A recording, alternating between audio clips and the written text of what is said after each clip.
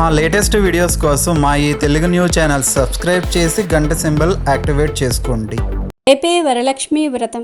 ఈ వరలక్ష్మి పూజ ఎలా చేయాలి, ఏ పూజా సామాగ్రి కావాలి అనే విషయాన్ని ఇప్పుడు మనం తెలుసుకుందాం. వరలక్ష్మి ఆరాధన ఫలిస్తేనే మనం కోరుకున్న వరాలు దక్కుతాయి. తన కుటుంబం ఆయురారోగ్యాలతో సుఖ సంతోషాలతో వర్ధిల్లాలని వనితలు కోరుకోవటం అత్యాసేమీ కాదు. ఇంటి ఇల్లాలు వరలక్ష్మి మాతను నిష్ఠతో పూజిస్తే వరాలు దక్కి అన్ని అవసరాలు తీరుతాయి. వరలక్ష్మి అవతారాలు అనేకం. వరలక్ష్మిని అష్టలక్ష్మి స్వరూపంగా ఆరాధిస్తే అన్ని వరాలు దక్కుతాయి. ధన, ధాన్య, ధైర్య, సిద్ధి, శౌర్య, విద్య, సంతానం, ఆరోగ్యం వంటి వరాలు లక్ష్మీ కృప వల్లనే మనకు సంప్రాప్తిస్తాయి. ఇవన్నీ పొందాలంటే ఒక్క వరలక్ష్మీ మాతకు అర్చన చేస్తే సరిపోతుంది. వరలక్ష్మి వ్రతానికి ముందు రోజునే ఇంటిని, పూజ గదిని శుభ్రం చేసుకోవాలి. ఇంటి గుమ్మాలకు పసుపు, కుంకుమలను రాసుకోవాలి. ఇక పూజ జరిగే రోజున ఉదయాన్నే నిద్రలేచి తలస్నానం చేసి ఇంటిని మామిడి తోరణాలతో అలంకరించుకోవాలి. లక్ష్మీదేవిని ఈశాన్య దిక్కున పూజిస్తే శుభం. కాబట్టి ఇంటి ఈశాన్య భాగంలో ముగ్గులు వేసి పూజకు స్థలాన్ని సిద్ధం చేసుకోవాలి. ఆ ముగ్గుల మీద పసుపు, ముగ్గు బొట్లు పెట్టిన పీటను ఉంచాలి. దానిపై కొత్త తెల్లటి వస్త్రాన్ని పరిచి బియ్యం పోసి కలశాన్ని ప్రతిష్ఠించుకోవాలి. కలశపు చెంబుకు పసుపు, కుంకుమ అద్ది దానిపై కొబ్బరికాయను ఉంచాలి. పసుపు ముద్దతో అమ్మవారి మొహాన్ని తీర్చిదిద్దే ప్రయత్నం చేస్తే మరింత మంచిది. కొబ్బరికాయతో పాటుగా కలశంపై మామిడి ఆకులను ఉంచటము శుభసూచకమే. అమ్మవారిని అష్టోత్తర శతనామావళితో పూజించిన తరువాత తోరగ్రంథి పూజ చేస్తారు. ఇందుకోసం 3 లేదా 5 తోరాలను సిద్ధం చేసుకోవాలి.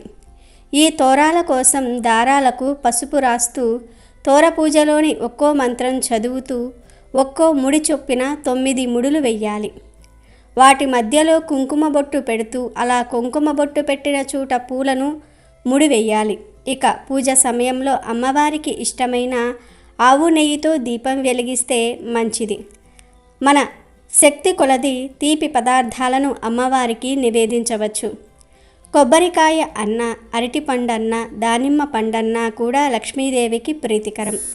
కాబట్టి ఈ పండ్లను కూడా అమ్మవారికి నివేదించటం మరువకూడదు. వరలక్ష్మి పూజలో భాగంగా అష్టోత్తర శతనామావళి, మహాలక్ష్మి అష్టకం తప్పకుండా ఉంటాయి. వీటితో పాటుగా కనకదార స్తవం, లక్ష్మీ సహస్రనామం, అష్టలక్ష్మి స్తోత్రం చదివితే అమ్మవారు మరింత ప్రసన్నురాలవుతారన్నది పెద్దల మాట. ఇలా నిష్టగా సాగిన పూజ ముగిసిన తరువాత ఒక ముత్తైదువును అమ్మవారిగా భావించి ఆమెను ఆతిథ్యం ఇవ్వాలి. వరలక్ష్మి పూజ రోజున ఇంట్లో శాకాహారమే భుజించాలి. ముత్తైదువును అమ్మవారిగా భావించి ఆతిథ్యం ఇచ్చి ఆమెను సాగనంపిన తర్వాత మాత్రమే భోజనం చెయ్యాలి. సాయంత్రం వేళ వీలైనంత మంది ముత్తైదువులను పిలిచి తాంబూలాలు ఇవ్వాలి. అమ్మవారి పూజ ముగిసినా కూడా ఎట్టి పరిస్థితుల్లోనూ ఉద్వాసన చెప్పకూడదు. అలా చెప్తే ఇంటి నుంచి లక్ష్మీదేవిని పంపినట్లే అవుతుంది.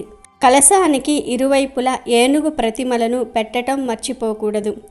ఏనుగు ప్రతిమలు లేని పక్షంలో ఏనుగు రూపంలోని పసుపు ముద్దలు కానీ, పసుపు కొమ్ములను కానీ అమ్మవారికి అభిముఖంగా నిలపాలి. వరలక్ష్మి వ్రతం రోజు ఉపవాసం కానీ, జాగరణ కానీ ఉండాలన్న ఖచ్చితమైన నియమం లేదు. కానీ పూజ ముగిసేదాకా ఎలాంటి ఆహారము తీసుకోకూడదు. ఇలాంటి జాగ్రత్తలన్నిటినీ కూడా తీసుకొని వ్రతం చేయటం వల్ల ఎటువంటి అమంగళము జరగదని పండితులు చెప్తూ ఉన్నారు. శ్రావణ మాసంలో శుక్లపక్ష పౌర్ణమికి ముందు వచ్చే శుక్రవారం రోజున వరలక్ష్మి వ్రతం జరుపుకుంటూ ఉంటారు. వరాలు ఇచ్చే దేవతగా వరలక్ష్మీదేవిని కొలుస్తారు. ఈ వరలక్ష్మి వ్రతానికి కావలసిన పూజా సామాన్ల లిస్ట్ గురించి ఈరోజు మనం ఈ వీడియోలో తెలుసుకుందాం. వరలక్ష్మి వ్రతానికి ఒకరోజు ముందే ఈ వస్తువులను సిద్ధం చేసుకొని పెట్టుకుంటే వరలక్ష్మి వ్రతం రోజు ఎలాంటి కంగారు పడకుండా ప్రశాంతంగా పూజ చేసుకోవచ్చు. వరలక్ష్మి వ్రతానికి కావలసిన పూజా సామాగ్రి ఏమిటో తెలుసుకుందాం. మొదటిగా మనకు కావాల్సింది చిన్న పీట అంటే ఆసనం, తర్వాత బియ్యపు పిండి, ముగ్గు వేసుకోవడానికి, చలిమిడి చేసుకోవడానికి బియ్యపు పిండి కావాలి. అలాగే పెసరపప్పు, వడపప్పు కోసం పెసరపప్పును నీటిలో నానబెట్టి అమ్మవారికి సమర్పిస్తారు. వరలక్ష్మి వ్రతంలో చలిమిడి, వడపప్పు పెట్టడం చాలా శుభప్రదం. ఆ తర్వాత బెల్లం, అమ్మవారికి పానకం అంటే చాలా ఇష్టం. పానకం కోసం కొంచెం బెల్లాన్ని తీసుకోవాలి. పానకంలో వేసుకోవడానికి యాలుకలు, మిరియాలు కూడా తీసుకోవాలి. ఆనవాయితీ ఉన్నవారు మాత్రమే వడపప్పు, పానకం సమర్పించుకోవాలి. ఇక తరువాత పసుపు కొమ్ములు మరియు పసుపు గణపతిని చేయడానికి, పసుపు గౌరమ్మలను పెట్టుకోవడానికి పసుపు తీసుకోవాలి. తర్వాత కుంకుమ, అలాగే గాజులు, అమ్మవారి దగ్గర గాజులు డజను పెట్టాలి. వాయనం ఇవ్వడానికి ఇంకో 2 డజన్ల గాజులు తీసుకోవాలి. అలాగే చీర, మీ శక్తికి తగ్గట్టుగా చీరను అమ్మవారికి పెట్టుకోవచ్చు. కానీ ఆ చీరకు నలుపు రంగు కలవకుండా చూసుకోవాలి. అలానే 2 జాకెట్ ముక్కలు, అమ్మవారి కలశానికి 1, అమ్మవారి దగ్గర పెట్టుకోవడానికి 1 జాకెట్ ముక్క, మొత్తం 2 జాకెట్ ముక్కలు పెట్టుకోవాలి. అలాగే గంధం, తర్వాత పువ్వులు. పూజకు పువ్వులు ఎంత ఎక్కువగా ఉంటే అంత మంచిది. ఎందుకంటే అమ్మవారికి అష్టోత్తరంతో పూజ చేసుకోవాలి. పూలు ఎక్కువగా ఉంటే మంచిది. 108 పువ్వులతో పూజ చేస్తే చాలా మంచిది. అలాగే 2 పూల మాలలు కావాలి. అమ్మవారికి తెలుపు రంగు మాల అంటే చాలా ఇష్టం కాబట్టి 1 కలశానికి, 1 అమ్మవారికి. ఆ తర్వాత తమలపాకులు 30 కావాలి. అమ్మవారి తాంబూలానికి 3, గణపతికి 3, వాయినాల కోసం మిగతావి ఉపయోగించుకోవచ్చు. తర్వాత వక్కలు, అలాగే ఎండు ఖర్జూరాలు కూడా కావాలి. అలాగే అగరబత్తి, చిల్లర పైసలు, పీట మీద కప్పడానికి 1 తెల్లటి టవల్. తర్వాత మామిడి ఆకులు, ఎందుకంటే ఈ ఆకులతో తోరణం కట్టాలి. కలశం పెట్టుకునేవారు కలశంలో కూడా వేసుకోవాలి, అందుకే మామిడి ఆకులు కావాలి. ఇక అరటిపళ్ళు 2 అమ్మవారికి, 2 గణపతికి, తాంబూలానికి, వాయినానికి ఉపయోగించుకోవాలి. కాబట్టి మీకు సరిపడినన్ని అరటి పండ్లు తెచ్చుకోండి. అలాగే 5 రకాల పండ్లు, ఈ 5 రకాల పండ్లను అమ్మవారికి నైవేద్యంగా సమర్పించాలి. అమ్మవారి పటం ఎలా ఉండాలంటే లక్ష్మీదేవి పద్మంలో కూర్చొని ఉన్నట్లు ఉండి 2 వైపులా ఏనుగులు ఉండాలి. ఈ ఫోటోలో అమ్మవారు ఆకుపచ్చ లేదా ఎరుపు రంగు చీర ధరిస్తే చాలా మంచిది. తరువాత కలశం కోసం చెంబు, 2 కొబ్బరికాయలు, 1 కలశం మీద పెట్టుకోవడానికి, 1 నైవేద్యం సమర్పించడానికి. తర్వాత పచ్చిశనగలు, ముందు రోజు రాత్రి వీటిని నానబెట్టుకొని ఉంచుకోవాలి. అమ్మవారికి వాయనంగా ఇవ్వడానికి, మరికొన్ని శనగలు ముత్తైదువులకు వాయనంగా ఇవ్వడానికి. తాంబూలంతో పాటు శనగలు ఇచ్చుకుంటే చాలా మంచిది. శనగలు అంటే లక్ష్మీదేవికి ఎంతో ఇష్టం. ఇక విస్తరాకులు లేదా అరిటాకులు కలశం మీద పెట్టుకోవడానికి మరియు నైవేద్యం సమర్పించడానికి కావాలి. అలాగే బియ్యం, ఆకు మీద బియ్యం పోసి దానిపై కలశం పెట్టాలి. తర్వాత అక్షింతలు, కొన్ని బియ్యంతో అక్షింతలు తయారు చేసుకోండి. కొన్ని బియ్యంలో చిటికెడు పసుపు, నెయ్యి కలిపి అక్షింతలు తయారు చేసుకోవాలి. తరువాత తెల్లదారం, ఎందుకంటే 9 తోరాలకు కావాలి. అలాగే పిండి వంటలు, మీ శక్తి కొలది వంటలు చేసుకోవచ్చు. అదేవిధంగా ఆవు పాలు కావాలి, గేదె పాలు మాత్రం వాడకూడదు. తర్వాత పంచామృతం, ఆవు పాలు, ఆవు పెరుగు, ఆవు నెయ్యి, తేనె, పంచదార కలిపితే పంచామృతం అంటారు. వరలక్ష్మీదేవి వ్రత కథ తెలిపే పుస్తకం కావాలి. అలాగే దీపం కుందులు, గంట, హారతి పళ్ళెం, పంచపాత్ర, ఉత్తరణి. దీపారాధనకు నూనె, నువ్వుల నూనె లేదా ఆవు నెయ్యి తీసుకుంటే సరిపోతుంది. తరువాత ఒత్తులు, అగ్గిపెట్టె, కర్పూరం, మీరు కూర్చోవడానికి 1 ఆసనం, చివరిగా డెకరేషన్కి కావలసినవి తీసుకోవాలి. ఈ వస్తువులన్నీ దగ్గర పెట్టుకొని పూజ చేసుకుంటే కంగారు లేకుండా ఉంటుంది. అందుకే ముందే చెప్తూ ఉన్నాం, వీటిని సిద్ధం చేసుకుంటే ఆ రోజు అంటే వరలక్ష్మి వ్రతం రోజు అమ్మవారిని నిర్విఘ్నంగా పూజించుకోవచ్చు. వరలక్ష్మి వ్రతం రోజు పెళ్ళైన ఆడవారు పొరపాటున కూడా కొన్ని తప్పులను చేయకూడదు అని శాస్త్రాలు చెప్తూ ఉన్నాయి. శ్రావణ మాసంలో పౌర్ణమికి ముందు వచ్చే శుక్రవారం నాడు వరలక్ష్మి వ్రతం చేసుకోవాలి. చాలామంది ఈ వ్రతాన్ని చేస్తూ ఉన్నారు. కానీ వరలక్ష్మి వ్రతం రోజు చేసే కొన్ని తప్పుల వలన పూర్తి ఫలితాలు పొందలేకపోతూ ఉన్నారు. మరి ఆ తప్పులు ఏమిటో ఈరోజు మనం ఈ వీడియోలో తెలుసుకుందాము. వరాలు ఇచ్చే దేవతగా వరలక్ష్మీదేవిని కొలుస్తూ ఉంటారు. ఈ వ్రతాన్ని ఆంధ్రప్రదేశ్, తెలంగాణ, కర్ణాటక రాష్ట్రాల్లో స్త్రీలు అధికంగా చేస్తారు. ఈ వ్రతాన్ని ముఖ్యంగా వివాహమైన మహిళలు నిర్వహిస్తారు. ఈ రోజున వరలక్ష్మీ దేవతను పూజిస్తే అష్టలక్ష్మీ పూజలకు సమానం అనే నమ్మకంతో కుటుంబ సభ్యులు కూడా వరలక్ష్మీ పూజలో పాలు పంచుకుంటారు. ముఖ్యంగా మంచి భర్త, కుమారులు కలగాలని కూడా అమ్మాయిలు ఈ పూజ చేస్తారు. వరలక్ష్మీదేవిని పూజిస్తే అష్టైశ్వర్యాలు అయిన సంపద, భూమి, శిక్షణ, ప్రేమ, కీర్తి, శాంతి, సంతోషం, శక్తి వంటివి లభిస్తాయని ప్రగాఢ విశ్వాసం. వరలక్ష్మి అంటే వరాలను ఇచ్చే లక్ష్మి అని అర్థం. వరలక్ష్మీదేవిని ఏది కోరుకుంటే అది ఇచ్చేస్తుంది, దానిలో డౌటే లేదు. వరాలను ఇచ్చే తల్లి వరలక్ష్మి పూజ చేయటం వలన ఏది సంకల్పిస్తే అది జరుగుతుంది. వరలక్ష్మి పూజను ఎవ్వరూ ఆనవాయితీని బట్టి వాళ్ళు చేసుకోవచ్చు. కలశం పెట్టి పూజ చేసిన, ఫోటో పెట్టి పూజ చేసిన అమ్మవారు వరాలను ఇచ్చేస్తూ ఉంటారు. అయితే ఒక విషయం గుర్తుపెట్టుకోండి, వరలక్ష్మి పూజ చేసేవారు ఆ రోజు ఎట్టి పరిస్థితుల్లోనూ కొన్ని తప్పులు మాత్రం చేయకూడదు. ఏ కారణం చేత అయినా సరే ఈ తప్పులు చేశారంటే మీ పూజకు ఫలితం దక్కదు. ముఖ్యంగా ఆడవారు ఈ తప్పులు చేయకుండా జాగ్రత్త పడాలి. వరలక్ష్మి వ్రతం రోజు ఆడవారు పగలు నిద్రపోకూడదు. సాధారణంగా వరలక్ష్మి వ్రతం రోజు ఆడవారు త్వరగా నిద్రలేచి నైవేద్యాలు చేసుకొని, పనులు చేసుకొని, పూజకు ఏర్పాట్లు చేసుకొని పూజంతా పూర్తయ్యేటప్పటికీ అలసిపోతారు.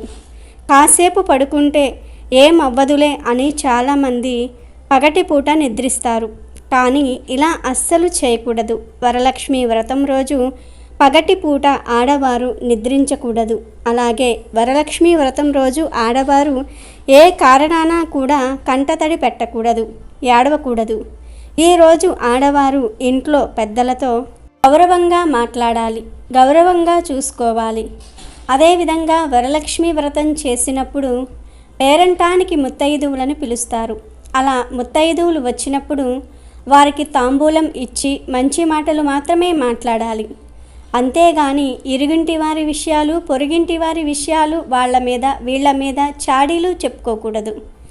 ఈరోజు కొన్ని మంచి మాటలే మాట్లాడుకోవాలి. ముఖ్యంగా వరలక్ష్మి పూజ చేసేవారు చెడు మాటలు మాట్లాడకూడదు. అలాగే ఎవరి ఇంట్లో అయితే వరలక్ష్మి పూజ చేస్తారో ఆ ఇంట్లోని మగవారు మద్యం సేవించకూడదు.